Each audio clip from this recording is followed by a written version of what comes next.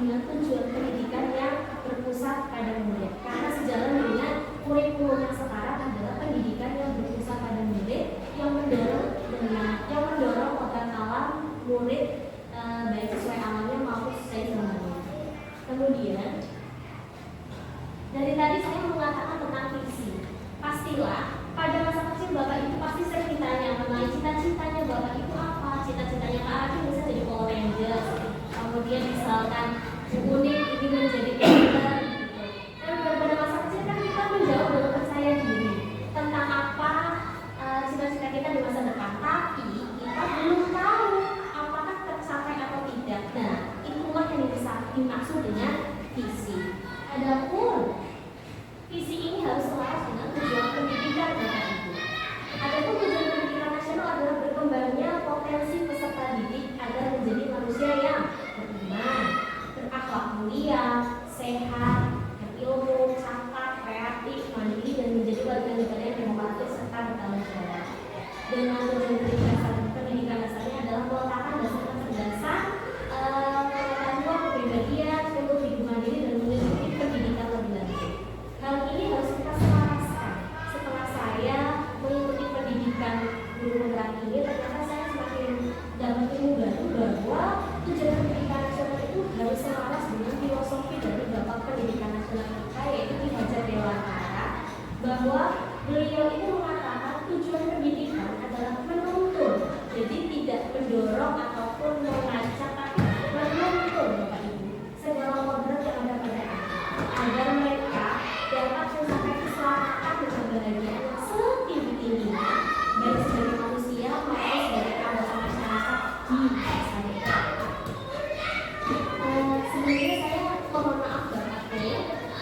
Kemarin saya sudah sedikit membocorkan acara tanggal kegiatan pada hari ini. Jadi biar Bapak Ibu dulu yang saya ikutkan dalam kegiatan ini itu tidak terlalu gagap tentang apa yang akan saya inginkan. Jadi kemarin saya sudah memberikan beberapa kalimat ungkap Bapak Ibu terkait cita-cita untuk murid, bahwa untuk membuat sebuah visi yang baik kita harus fokus pada subjek pendidikan kita, yaitu murid.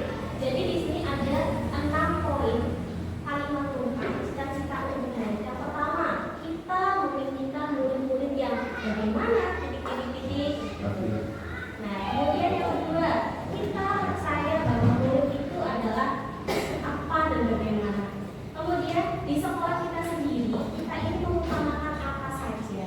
Kemudian yang keempat selanjutnya yaitu murid di sekolah kita itu sadar betul bahwa apa sih murid di sekolah itu sadar tentang apa begitu. Kemudian warga di sekolah ini termasuk saya, Bapak Ibu, rekan-rekan murid dan kepala sekolah paham bahwa di sini kita itu bagaimana dengan cita-cita muridnya. Sehingga nanti 6 ini yang akan kita bahas kupas-kupas bersama. Saya akan memberikan kertas Bapak Ibu. Nanti silakan Bapak Ibu menuliskan jawabannya satu persatu sesuai poin-poinnya. Yang kemarin Bapak Ibu sudah searching sendiri, yang Bapak Ibu sudah siapkan jawabannya. Mohon silakan ditulis kembali dalam kertas ini. Nanti saya akan menempelkan sebuah pertanyaan pemantik ini di dalam papan tulis. Jadi Bapak Ibu silakan menempelkan sendiri. Saya beri kesempatan ya untuk Bapak Ibu menuliskannya.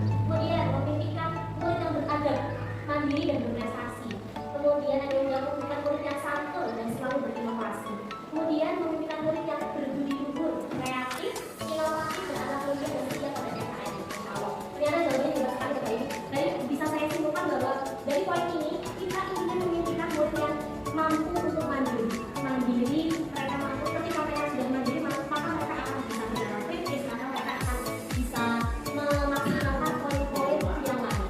Kemudian yang kedua, kita percaya bahwa murid adalah makhluk yang memiliki karakter dan keunikan masing-masing dan memiliki keistimewaan dan bakat yang dapat kita gali seoptimal mungkin. Kemudian ada yang mengatakan murid adalah sebuah amanah, dan sebuah amanah itu harus dijaga sebaik mungkin, dan percaya bahwa murid memiliki potensi yang berbeda. Kemudian ada yang menjawab murid adalah pribadi yang berkarakter. Jika diarahkan sesuai dengan bakat dan minatnya, maka mereka akan kuat dan optimal. Kemudian selanjutnya ada yang menjawab murid memiliki kemampuan non-akademisnya dapat dikembangkan dengan berbeda-beda. Kemudian ada yang mengatakan bahwa kita percaya bahwa murid adalah aset yang berharga bagi bangsa yang harus didapat untuk masa depan secara berbeda. Jadi secara tidak langsung kita sepakat bahwa kita percaya murid itu berbeda-beda kemampuannya dari akademis dan non-akademis. Jika kita mampu mengembangkan mereka, maka minat semaksimal mungkin bukan suatu omong kosong jika kita bisa menjadi seorang yang maju, jika kita bisa mengembangkan mereka sesuai dengan potensi dan bakatnya. Kemudian yang ketiga adalah di sekolah kita mengutamakan, yang pertama ada yang menjawab pendidikan karakter, betul sekali. Kemudian ada yang menjawab di sekolah kita mengutamakan disiplin, betul, kita mengutamakan pendidikan karakter, disiplin, kemudian ada kebiasaan baik, kemudian mengutamakan adab dan sopan santun. Bismillahirrahmanirrahim. Lalu, Assalamualaikum warahmatullahi wabarakatuh. Salam dan bahagia Bapak Ibu, selamat siang. Terima kasih atas dukungannya. Pada hari ini kita bisa berkumpul dalam ruangan yang sangat sejuk ini. Hari ini izinkan saya memaparkan tentang apa yang sudah saya pelajari dalam pendidikan guru penggerak ini. Latar belakang saya melaksanakan pemaparan pada hari ini adalah saking banyaknya anak didik kita yang sekarang sudah semakin berpikirnya itu semakin kritis. Jadi bagaimana kita sebagai pendidik harus bisa mengimbangi mereka, memfasilitasi mereka, menuntun mereka menjadi anak sesuai kodratnya. Adapun hari ini saya akan memaparkan tentang budaya positif. Bapak Ibu, saya ada pertanyaan. Menurut Bapak Ibu, setuju atau tidak dari yang poin pertama bahwa hukuman dapat mendisiplinkan anak? Menurut Bapak Ibu setuju atau tidak Bapak Ibu? Apakah hukuman dapat mendisiplinkan anak?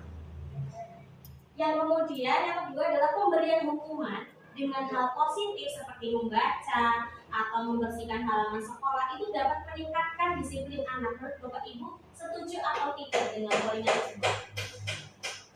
Jika dihukum dengan cara membersihkan halaman, setujukah Bapak Ibu?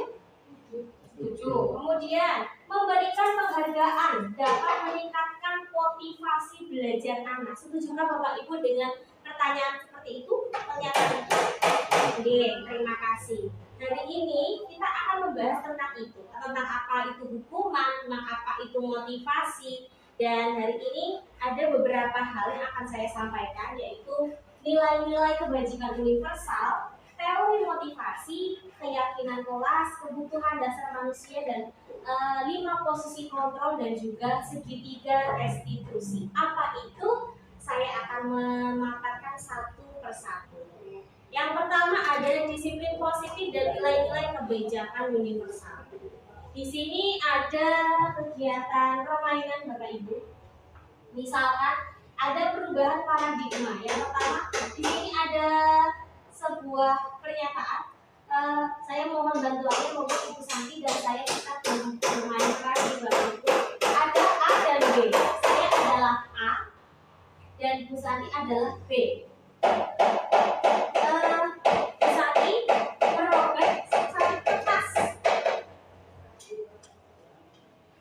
Kemudian Bu Santi menuliskan benda atau sesuatu yang sangat berharga. Kemudian silakan digenggam. Digenggam baik Bu Santi. Kemudian buatlah sebuah kepala. Gitu.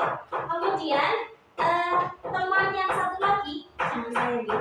Teman yang satu lagi adalah teman B, yaitu misalkan saya minta tolong kepada Pak Rakil. Pak Rakil silakan cobalah sekuat tenaga panjenengan membujuk Bu Santi untuk membuka kepalanya. panjenengan itu tidak boleh dibuka. Kira-kira bagaimana Pak membujuk Bu Santi? Apakah coba Pak dipraktekkan? Oke, bagaimana cara panjenengan membujuk Ibu Santi untuk membuka tangannya dengan kalimat saja begitu Pak? Apakah Bu Santi akan termakan rayuannya panjenengan? Gak apa-apa Pak. Gak apa-apa. Satu kata saja yang bisa membuat Bu Santi membuka tangannya. Oh tidak bisa, tidak boleh. Oh tidak bisa, tidak boleh. Ternyata sekuat tenaga Pak Ragil membujuk Bu Santi ternyata tidak bisa. Nah ini menjadi sebuah teori sebagai pendidikan bahwa ada yang namanya teori pilihan atau ilusi kontrol. Ilusi guru mengontrol murid bahwa kritik dan membuat orang, ilusi itu bahwa kritik dan membuat orang merasa bersalah dapat menguatkan karakter. Apapun yang dilaksanakan oleh Pak Hakim, bagaimana Pak Hakim menyuap atau membujuk Ibu Santi bakal tetap bersikeras bahwa beliau punya prinsip sendiri dan bahwa orang dewasa memiliki hak untuk memaksa. Betul sekali, kita sebagai guru kita sering memaksakan kehendak. Kita memberikan materi dan anak harus paham dengan apa yang kita ajarkan. Nah, kemudian siapa sih yang sesungguhnya memiliki kontrol? Di sini ada stimulus respon dan teori kontrol. Di sini misalkan ketika kita mencoba mengubah orang agar berpandangan bersama dengan kita punya kontrol pilihan bahwa kita tidak bisa memaksa orang untuk memahami apa yang kita inginkan, tapi kita bisa berusaha memahami pandangan orang lain tentang dunianya mereka. Jadi bagaimana ketika Pak Ragil tadi mengontrol Ibu Santi agar membuka tangannya, yang harus kita kencangin dulu adalah bagaimana Pak Ragil harus mengetahui bagaimana cara Ibu Santi pandangan tentang kepalan tangannya itu seperti apa. Jadi bukan berpikir tentang menang atau kalah, tapi bagaimana Bu Santi juga menang, Pak Ragil juga menang, pada akhirnya Bu Santi pun membuka tangannya. Di sini ada teori kontrol tentang disiplin positif. Yang di sini ada yang di biru-biru Bapak Ibu, bahwa kita tidak bisa mengontrol orang lain, namun hanya kita sendiri yang bisa mengontrol diri kita. Makanya bahwa belajar kontrol diri dengan menggali potensi agar tercapai tujuan mulia, yaitu sesuatu menjadi seseorang yang kita inginkan berdasarkan nilai-nilai yang kita handle. Terkait dengan mengontrol orang lain, semua perilaku, semua orang itu pasti memiliki tujuan sendiri-sendiri. Ada motivasi ekstrinsik dan ada motivasi intrinsik. Dari ekstrinsik itu biasanya terkait dengan kedisiplinan, pasti untuk menghindari hukuman ataupun untuk mendapatkan sebuah imbalan atau apresiasi. Namun jika sebuah nilai disiplin itu ada di dalam diri kita sendiri, maka akan terjadi sebuah motivasi bahwa sebuah kedisiplinan itu adalah untuk menghargai diri kita sendiri, bahwa kita paham tentang nilai-nilai kebajikan dan keyakinan kelas. Nah, di kelas 1 sampai kelas 6 pasti kita punya peraturan tersendiri nih Bapak Ibu di kelas kita masing-masing. Misalkan di kelas 2 adalah menjaga kebersihan, di kelas 6 menjaga sopan santun, atau di kelas 3 menjaga keindahan kelas, di kelas 4 menjaga kerapian begitu. Nah, di sini inti dari kegiatan pada hari ini adalah saya akan memaparkan tentang hal tersebut dan bagaimana kita sebagai guru harus memiliki posisi kontrol. Ada 5 posisi kontrol dalam sebuah teori dari disiplin positif ini. Yang pertama adalah penghukum, yang kedua adalah pembuat rasa bersalah, yang ketiga adalah teman, yang keempat adalah pemantau, yang kelima adalah manajer. Kemudian jika kita mendapati sebuah masalah dalam permasalahan dari sekolahan, kita sebagai guru haruslah memecahkan sebuah permasalahan berdasarkan segitiga restitusi. Segitiga restitusi itu apa? Nah, nanti akan kita bedah. Terkait dengan tersebut sebenarnya ada 5 kebutuhan dasar manusia yang harus kita penuhi. Yang pertama adalah kebutuhan bertahan.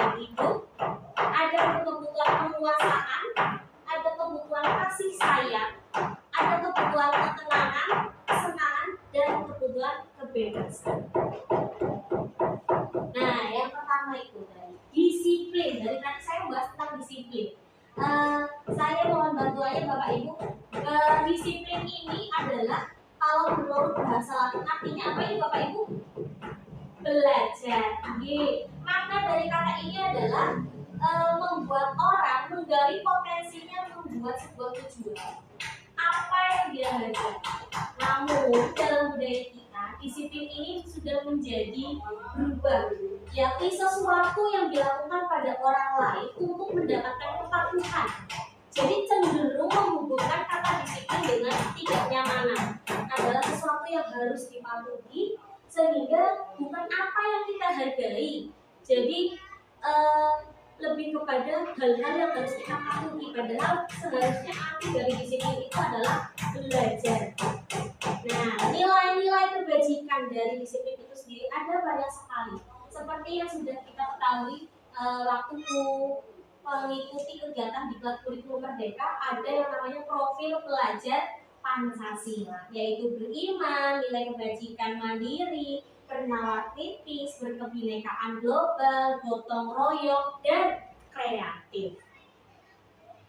Kemudian selanjutnya adalah tentang teori motivasi hukuman atau restitusi. Di sini ada beberapa teori motivasi perilaku manusia. Ada 3, eksternal, ada 2, eksternal dan internal. Kalau eksternal ini lebih dari luar, berarti untuk menghindari sebuah hukuman, makanya kita termotivasi untuk melaksanakannya.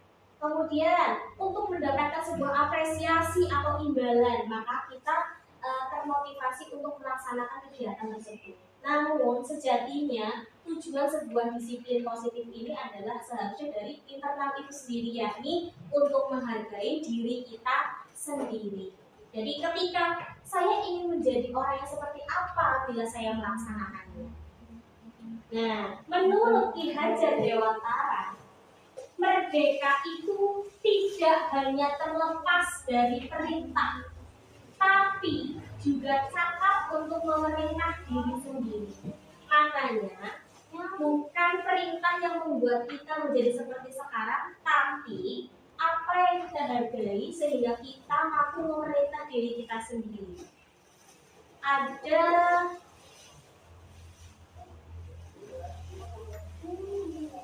Ada kata dihukum oleh penghargaan, bahwa penghargaan itu sama dengan hukuman.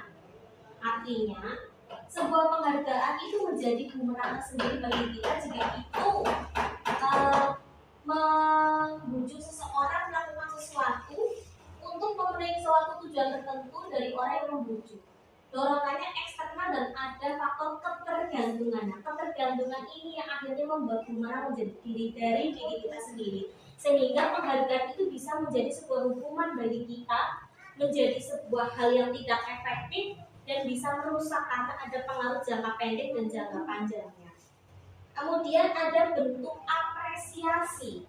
Dalam memberikan apresiasi, perlu kita ingat Bapak Ibu bahwa memberi pengakuan itu harus diingat-ingat, yaitu secara khusus, secara pribadi, ataupun bergantian, semua anak berhak mendapatkan perhatian.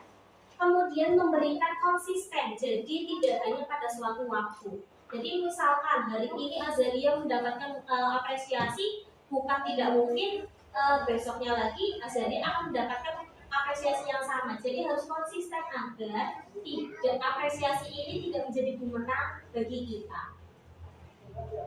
Nah, di sini ada beberapa kalimat Bapak Ibu. Di sini ada beberapa tindakan. Menurut Bapak Ibu, ini adalah sebuah hukuman atau konsekuensi. Ketika mencatat 100 kali dalam buku kalimat, saya tidak akan terlambat lagi, dihukum seperti itu. Apakah menurut Bapak Ibu itu adalah sebuah hukuman? Kalau menurut Asa bagaimana Asa? Kalau Asa terlambat, Asa mendapat saya tidak akan terlambat lagi. Apakah Asa seperti itu namanya Asa dihukum? Kemudian kalau misalkan harus terlambat tapi lari mengelilingi. Apakah itu ada dua, hukuman dan konsekuensi. Jadi bisa ada dua perbedaan tentang hukuman dan konsekuensi. Ketika hukuman itu lebih kepada apa nih? Sebab akibat. Tapi kalau konsekuensi adalah sebuah hal yang harus kita pertanggungjawabkan dari apa yang kita laksanakan. Misalkan menggantikan kertas tugas teman yang telah dicoret-coret, itu bukan sebuah hukuman, tapi konsekuensinya seorang murid karena murid itu merusak kertas punya temannya. Konsekuensi bukan hukuman. Ketika hukuman adalah ketika dia disuruh untuk lari, ketika dia disuruh untuk menulis sebuah hal yang tidak dilaksanakan. Misalnya Mbak Azalia menyoret tugasnya Mbak Rahma, tapi Mbak Azalia dihukum untuk menuliskan jawabannya Rahma. Itu tidak betul, itu namanya hukuman. Tapi menggantikan kertasnya yang sudah dicoret-coret itu adalah sebuah konsekuensi. Nah, ada dua hal tentang hukuman dan konsekuensi. Hukuman adalah sesuatu yang menyakitkan, yang bikin kesel, yang bikin sakit karena harus nulis ulang, lari keliling kompleks. Padahal seharusnya hukuman itu harus bisa kita imbangi, harus diganti dengan konsekuensi, yaitu sesuatu yang harus terjadi. Jadi bagaimana menyadarkan anak ketika mereka terlambat. Kemudian hukuman itu membuat anak sakit, Bapak Ibu, anak sakit fisik maupun hatinya untuk jangka yang waktu lama. Kalau konsekuensi itu membuat anak merasa tidak nyaman dalam jangka waktu pendek, tapi mereka akan menghargai karena itu sebuah konsekuensi. Tapi ketika mereka mendapatkan hukuman, pastinya mereka akan mendapatkan yang tadi sakit hati fisik atau hati, yaitu akan merasa marah, merasa dipermalukan dan merasa tidak dihargai. Sedangkan kalau konsekuensi, mereka hanya kehilangan hak, tapi mereka menjadi konsep diri yang baik, alias langsung paham bahwa oh saya salah. Begitu.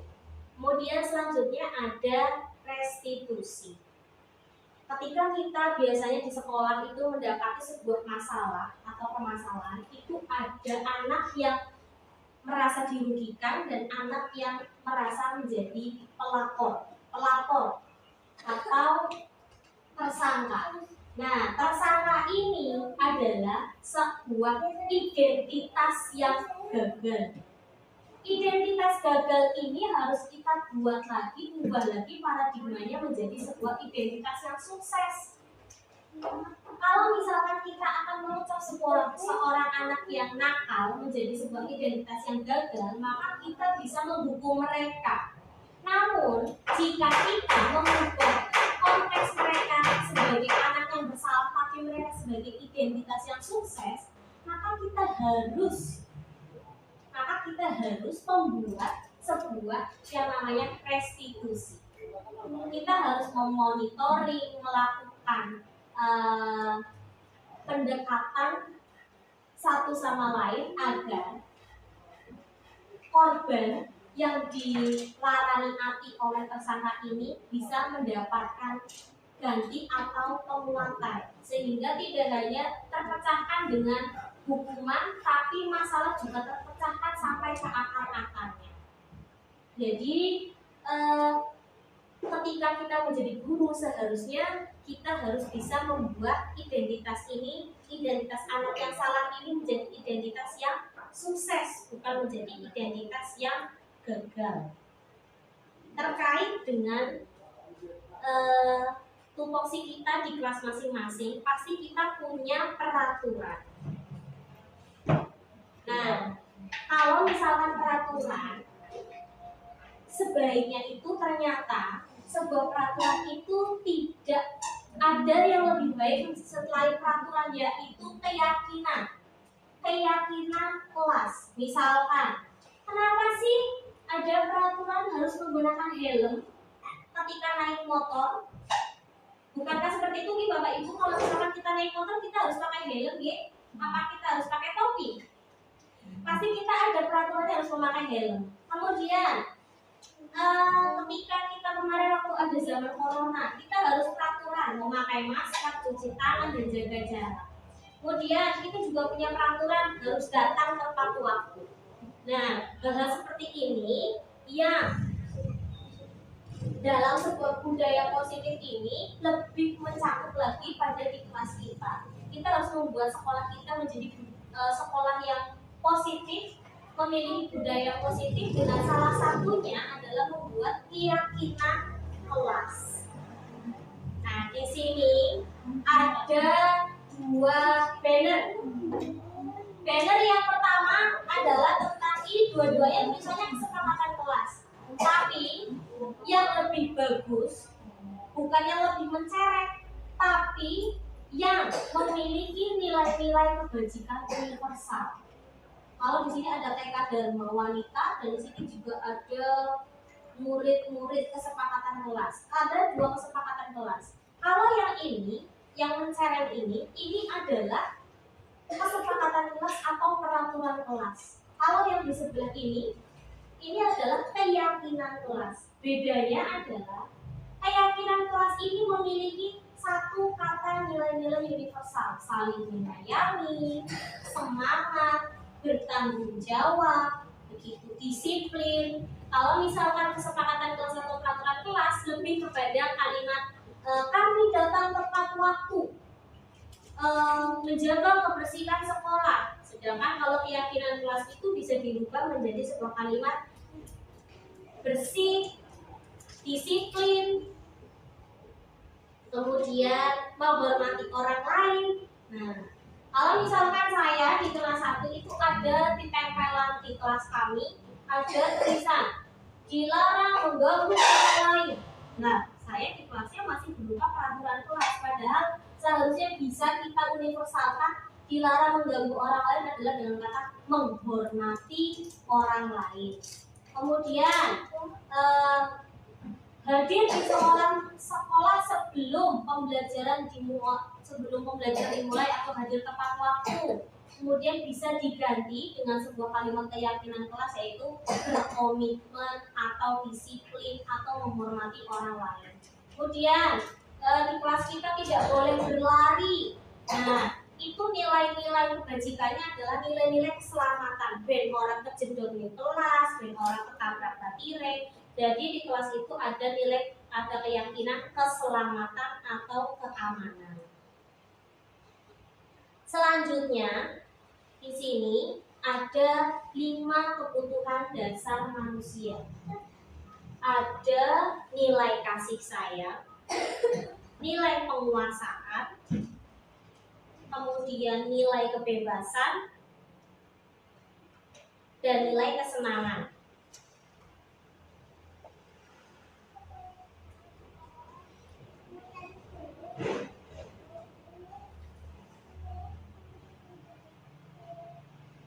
Kebutuhan bertahan hidup, kebutuhan dasar adalah kebutuhan bersifat fisiologis, misalnya kesehatan, rumah, dan makanan.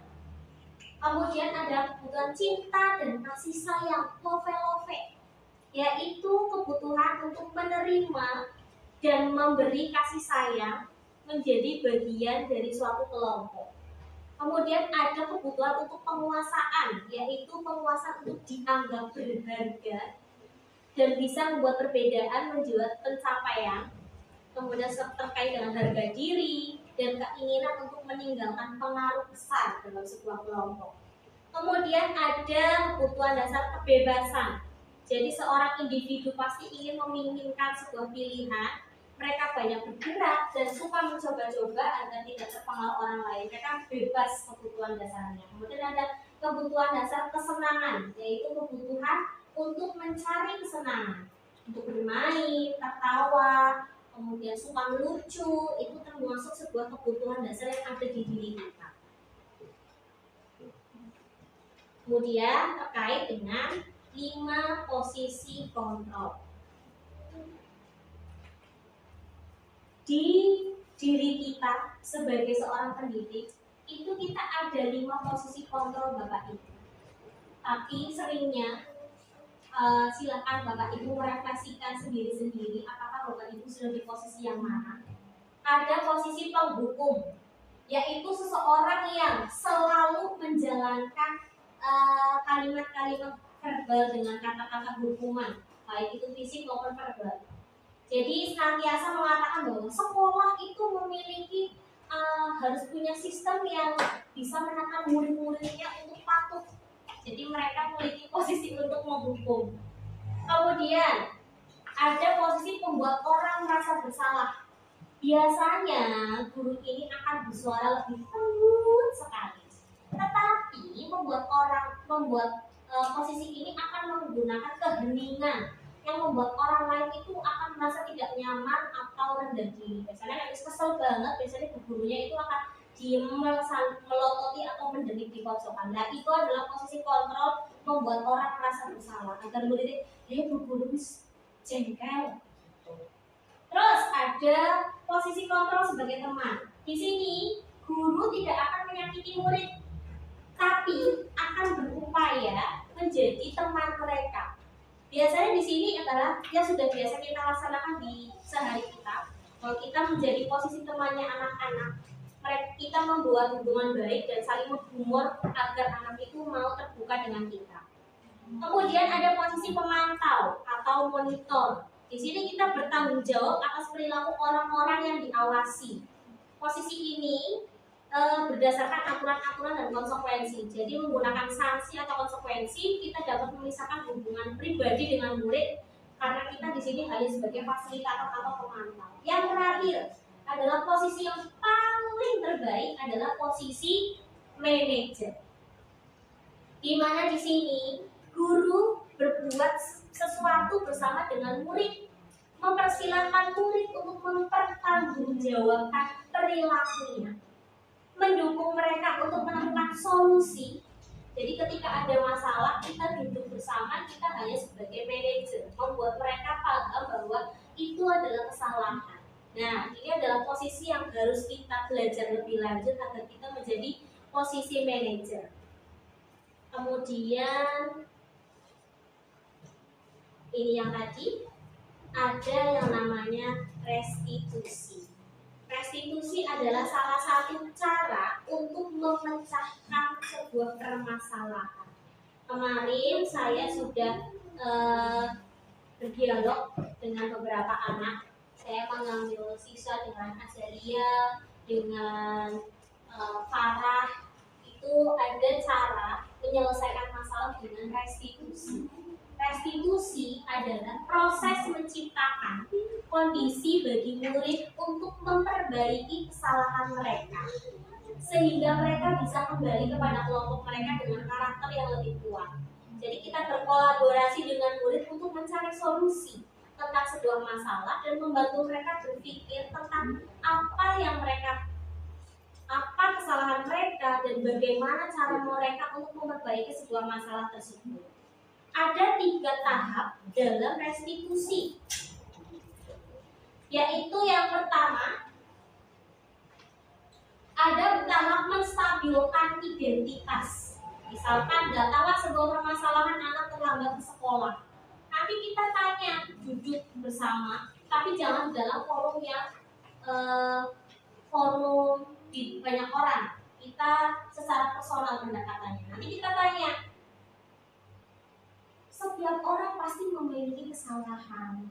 Kita pernah melaksanakan kesalahan. Tidak hanya kamu yang pernah terlambat.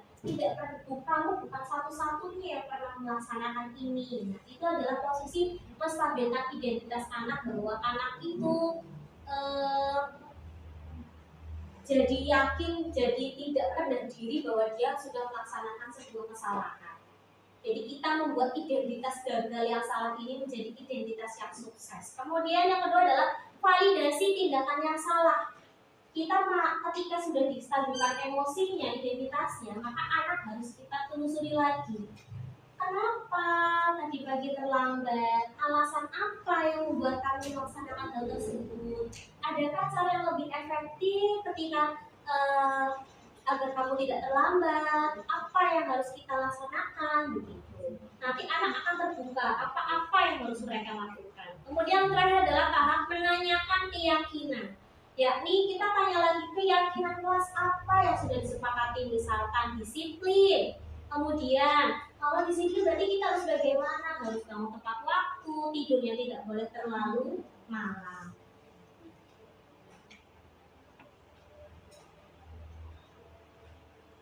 Nah, dari poin-poin dari yang segitiga restitusi yang menanyakan keyakinan, apa yang kelas ideal itu seperti apa? Kamu ingin menjadi anak yang seperti apa? Jika kamu terlambat, itu akan menjadi kamu akhirnya akan menjadi orang seperti apa? Kita akan menanyakan lagi keyakinan anak tersebut sehingga bukan mendeskrip, bukan langsung menuduh bahwa kamu salah, kamu sudah terlambat, tapi kita mencari solusi bersama-sama bagaimana agar anak itu paham konsekuensi apa agar dia tidak terlambat lagi. Baik, Bapak Ibu, itu adalah berikut apa yang sudah saya pelajari dalam pendidikan guru penggerak ini. Semoga bermanfaat bagi Bapak Ibu semuanya. Wassalamualaikum warahmatullahi wabarakatuh. Waalaikumsalam warahmatullahi wabarakatuh. Terima kasih.